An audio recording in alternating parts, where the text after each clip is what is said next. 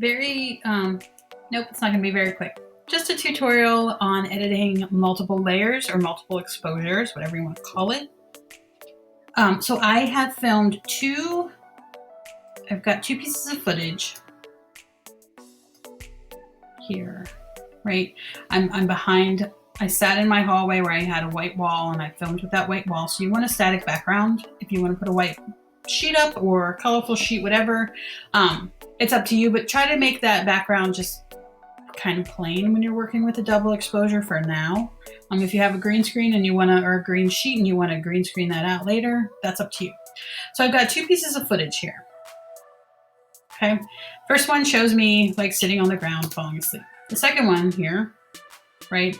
And I have to edit them out because, right, you see me preparing. The second one, I slide into the shot, empty, and then I slide into the shot and then take the same position as this first shot here, right? So I put myself in that position. So first thing I need to do is trim these down so that they are ready to be edited. So now that I have them trimmed down here, I've got the first one right, so you just see me kind of falling asleep. And then the second level, because I haven't played with the opacity yet, which is how we layer, shows me kind of coming in and taking the same position, right? And then you see my reaction.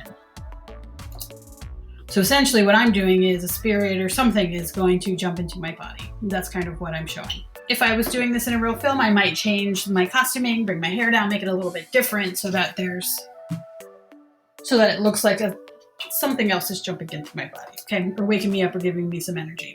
So in order to make this layering work, we need to bring the opacity down of this top, the film that sits on top, because you know, because you've been working in WeVideo, that whatever sits on top is what's seen.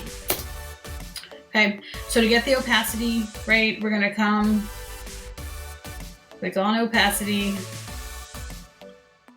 right? And the green rubber band for opacity comes up right here. It looks like the volume button when you're playing with the volume, but it's this one right here next to volume, okay? So 100% opacity means that you can't see through it. It completely blocks what's underneath. 0% means you can 100% see through it. It's totally transparent.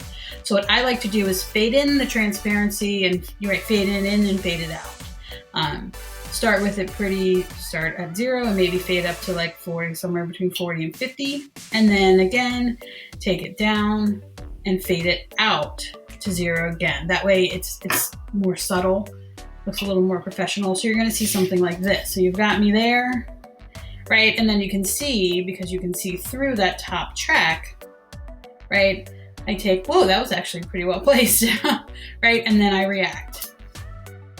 So that's how you play with opacity to create something that gives that effect of a layering multiple exposure, just like Melies did.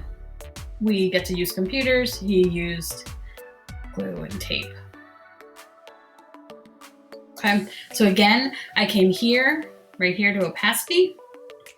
When you click that, the green line will show up. I fade it all the way down to 0. And then I go up to about, fade it into 45%. I keep it there until the action is done. And then I fade it down to 0.